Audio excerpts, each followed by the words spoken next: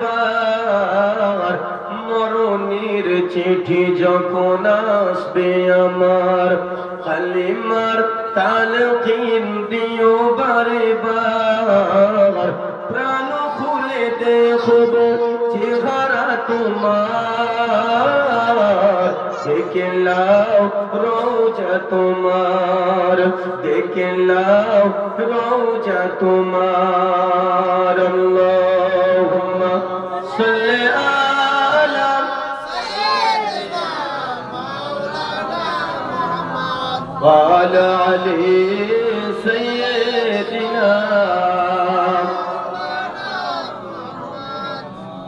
তো যে কথা বলতে বলতে অত দূর চলে গেলাম, তুই খানা কাবা চত্বরে আল্লাহর নবীর গলায় ফাঁস লাগালেন এই যুবক, আর এই যুবকটাই নবীজির কাছে ওই টাকাগুলো আবার রাখতে এসেছে।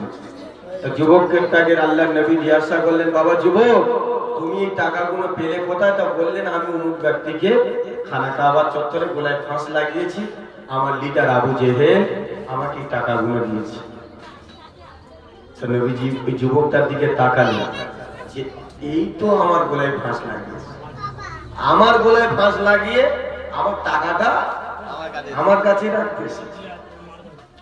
আল্লাহর নবী দোনো জাহানের সুলতান জনাবে মুহাম্মদুর রাসূলুল্লাহ সাল্লাল্লাহু আলাইহি ওয়াসাল্লাম সেদিন ওই ব্যক্তিটাকে জিজ্ঞাসা করলেন, ওই যুবকটাকে জিজ্ঞাসা করলেন, হে বাবা যুবক, হে বাবা যুবক, শোনো শোনো, তুমি যে ব্যক্তিটাকে মেরেছো একটাবার ওই ব্যক্তিটার চেহারা কি দেখেছো? যে ব্যক্তিটার গলায় তুমি ফাঁস লাগিয়ে দিয়েছো ওই ব্যক্তিটার চেহারা কি একটাবার, তার মুখের দিকে একটাবার কি তুমি তাকিয়ে দেখেছো? যুবকটা দাঁড়িয়ে দাঁড়িয়ে বলতে লাগলেন, ও বাবাজি শোনো শোনো, ও আমার আত্মা, ও আলামিন শোনো শোনো, আমি ওই ব্যক্তিটার চেহারা দেখি নাই। আল্লাহ নবী দোনো জাহানের সুলতান ওই সময় যুবকটার দিকে তাকিয়ে বলতে লাগলেন, হে বাবা যুবক, হে বাবা যুবক, শোনো শোনো, ওই ব্যক্তিটার তো তুমি চেহারা দেখো নাই, ওই ব্যক্তিটা তুমি চেনো নাই, ওই ব্যক্তিটার নাম নিশানা কিছুই জানো না।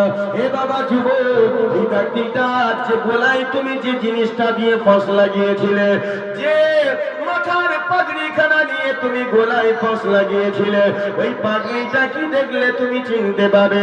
ওই যুবকটা বললেন, হুজুর অবশ্যই করি, পাগড়ি দেখলে আমি চিনতে পেরে যাব। আল্লাহর নবী দোনো জাহানের সন্তান ওই সময় তিনি মাথার পাগড়িখানা নিয়ে ওই যুবকটাকে দেখাতে শুরু করে দিলেন, হে বাবা যুবক, হে বাবা যুবক, তুমি কি এই পাগড়িখানা দেখতে পাও? এই পাগড়িখানা কি তুমি দেখতে চিনতে পাও? ওই যুবকটা সেদিনে বলতে লেগে যায়, হুজুর এই তো সেই পাগড়ি, এই তো সেই সবুজ রঙের পাগড়ি, এই রকম পাগড়ি নিয়ে আমি ওই ব্যক্তিটার খানা কাবা চত্বরে গোলাতে আমি ফাঁস লাগিয়ে দিয়েছিলাম। আল্লাহর নবী দোনো জাহানের সুলতান জনাবে মুহাম্মদুর রাসূলুল্লাহ সাল্লাল্লাহু আলাইহি ওয়াসাল্লাম ওই যুবকটার দিকে তাকিয়ে বলতে লাগলেন, হে বাবা যুবক, হে বাবা যুবক, শোনো শোনো, আমি রাসূলুল্লাহ তোমাকে জানিয়ে দিলাম, তোমার গলায় তুমি যে ব্যক্তিটার গলায় ফাঁস লাগিয়ে দিয়েছিলে ওই ব্যক্তিটা অন্য কেউ নয়, ওই ব্যক্তিটা হলাম আমি।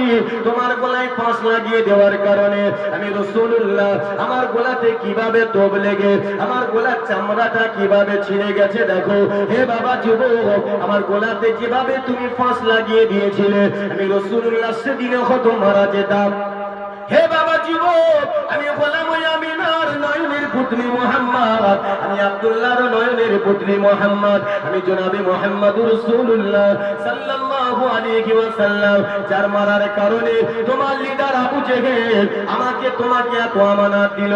ওই যুবকটা সেদিনে ঠট্টর করে কাঁপতে লেগে যায়। যুবকটা ওই সময় যখন কাঁপতে লেগে যায়, আল্লাহর নবী দোনো জাহানের সুলতান জনাবে মুহাম্মদুর রাসূলুল্লাহ সাল্লাল্লাহু আলাইহি ওয়াসাল্লাম ওই যুবকটার দিকে তাকিয়ে বললেন, বাবা যুবক শোনো শোনো, আমি রাসূলুল্লাহ তোমাকে ক্ষমা করে দিলাম, আমি আল্লাহর হাবিব তোমাকে ক্ষমা করে দিলাম, আমি আল্লাহর নবী শত্রুকে কাছের গোড়ায় পেয়ে আমি রাসূলুল্লাহ কখনো বদলা নিতে শিখি নাই। জোরে বলো সুবহানাল্লাহ।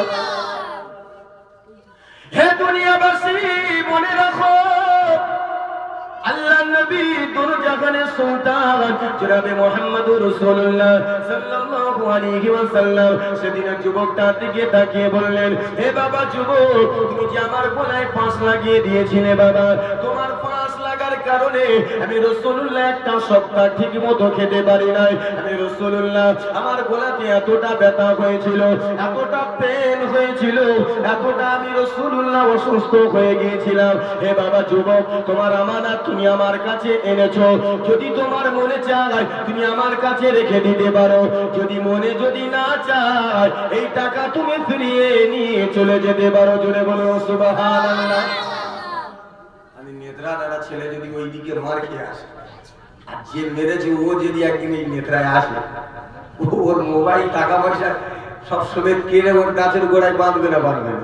তুই সেদিনে মারলি আবার আমাদের গ্রামে মোস্তানি দিকে থাক, বলবে না বলবে না।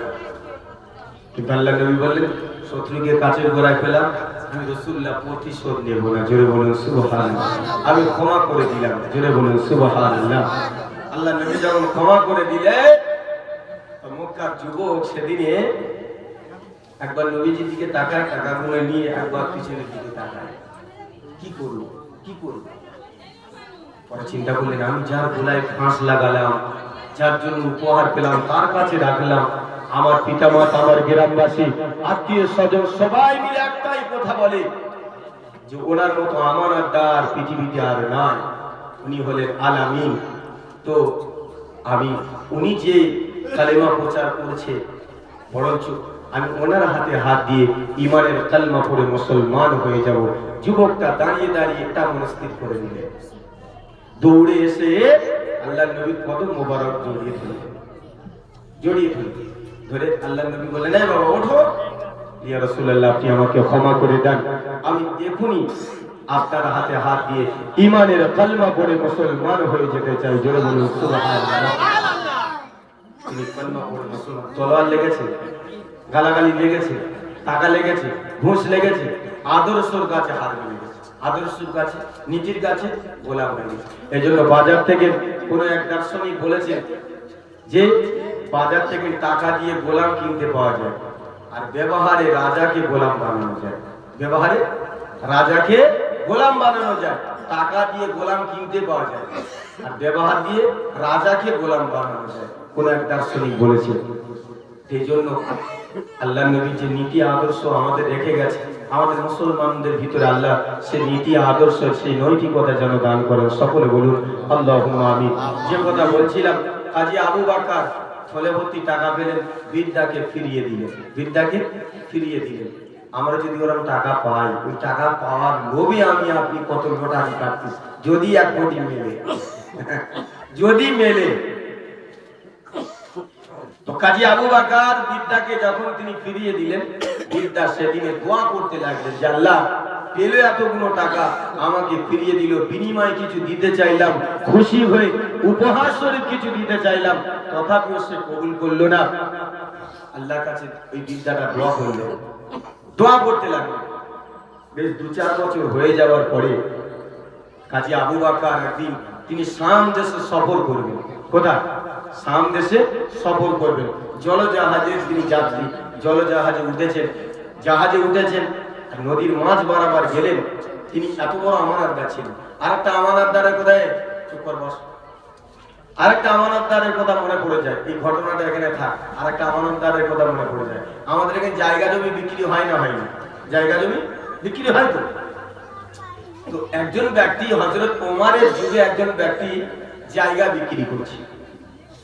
যিনি জায়গা বিক্রি করছেন ইনি একজন মুসলমান, যার কাছে বিক্রি করছেন উনিও মুসলমান। ইনি জায়গা যে টাকায় 1 লাখ টাকায় ধরো বিক্রি করলেন, 1 লাখ টাকা উনি দিলেন, জায়গা উনি নিয়ে নিলেন। তো প্রথম চাষ দেবে খরচ চাষ, তা এখন ওই ট্রাক্টর নাকি নাওল ওই নিয়ে গেছে জমিটা হাল করতে।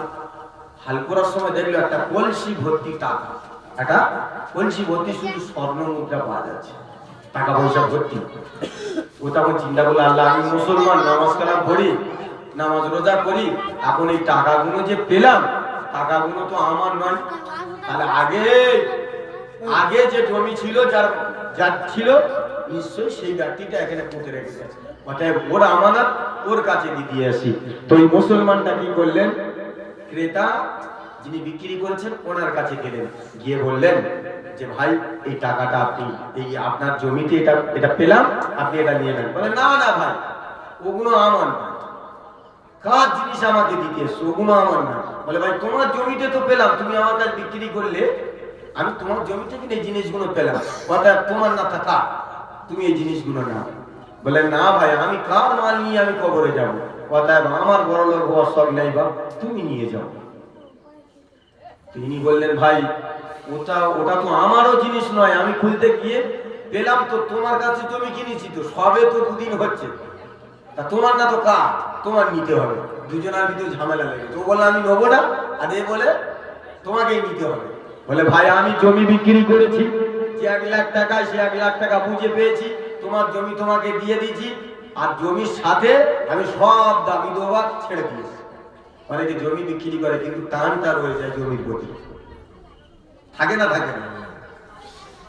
তো ওটা যদি দুজনার ভিতরে, এই জাকারিয়া রহমাতুল্লাহর ভিতরে যদি ওই হয়, এরা দুজন যদি কেউ না নিতে চায়, পার্টির লোকেরা কি বলবে, আমাদের কাছে নিয়ে আসবে, এই বলবে না, আমরা এখানে ভাগযোগ করে দিচ্ছি, তোদের নিতে হবে না, আমরা এখানে ভাগযোগ করে দিচ্ছি। মুসলমান দুজনার ভিতরে দ্বন্দ্ব লেগে গেল, ঝগড়া লেগে গেল। এ বলে আমার আমানত না, ও বলে আমার আমানত, ওটা আমার নয়, এ বলে আমার নয়, আমি এটা নিতে পারবো না, ও বলছে আমি এটা নিতে পারবো না। প্যারা মুসলমান নওজোয়ান যুবকেরা ও নওজোয়ানেরা শুনে রাখো, ও সাগরদা গ্রামের মা বোনেরা শুনে রাখো, ওই সময় এই বিচারটা আল্লাহর নবী সাহাবা মুসলিম জামানের দ্বিতীয় খলিফা আমিরুল মুমিনিন হযরত ওমরের দরবারে বিচার চলে গেল। হযরত ওমর রাদিয়াল্লাহু তাআলা আনহুর কাছে এই বিচার যেই না চলে গেল, হযরত ওমর এই দুই ব্যক্তির দিকে তাকালেন।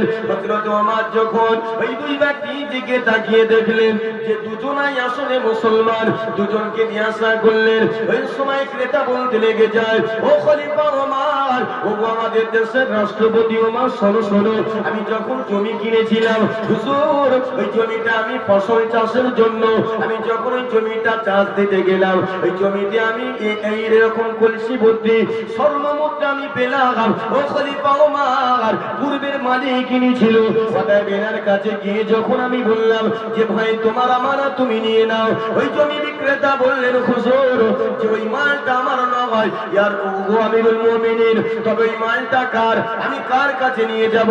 খলিফা ওমর সেদিনে বিচার করতে লাগলেন, হে ভাই মুসলমান শোনো শোনো, ওরে জমির মালিক, ওরে ক্রেতা বিক্রেতা শোনো শোনো, আমি আমিরুল মুমিনিন খলিফাতুল মুসলিমিন, আমি ওমর যে বিচারটা করে দেব, ওই বিচারটা কি তোমরা দুজনাই গ্রহণ করবে? তোমরা দুজনকে মেনে নেবে? বললেন হ্যাঁ অবশ্যই মেনে নেবে।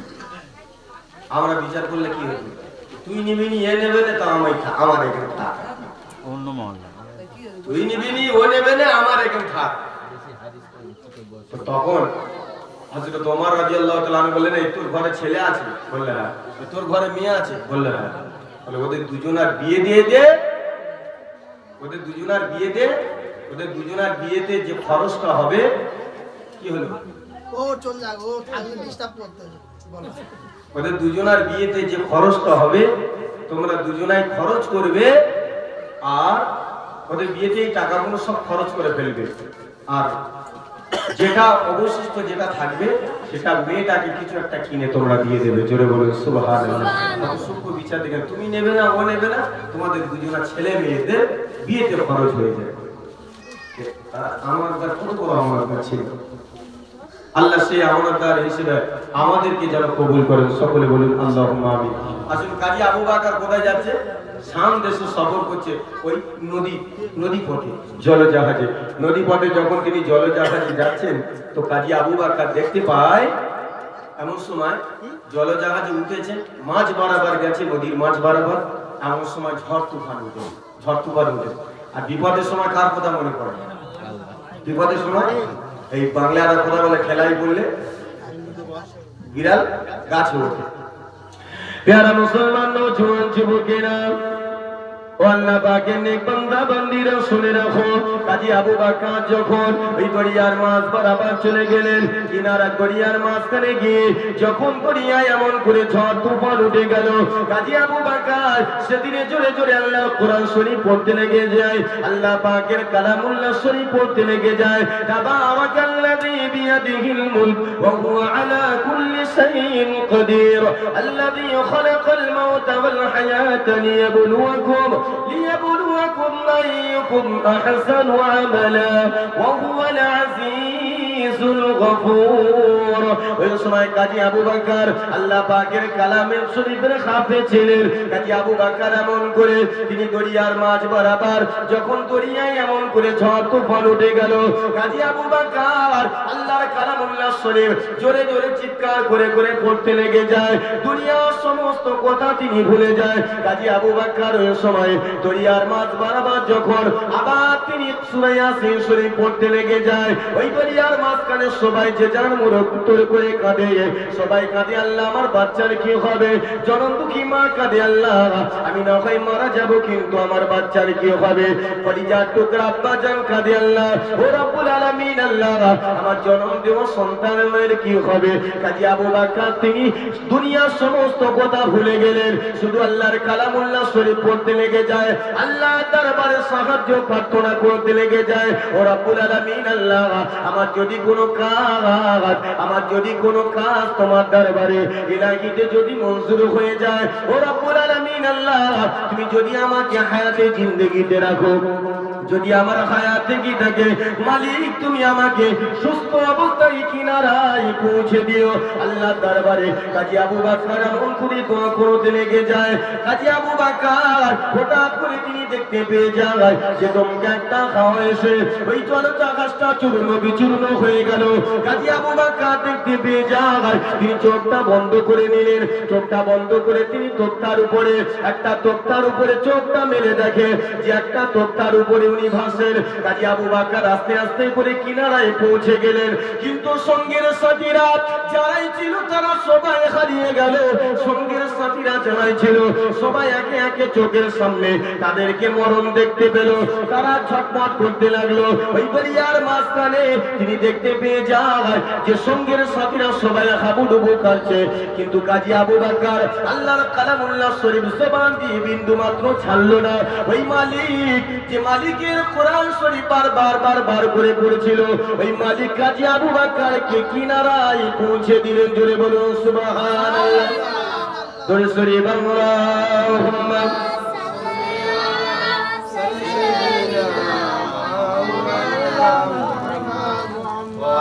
ওয়ালা আলি সাইয়্যিদিনা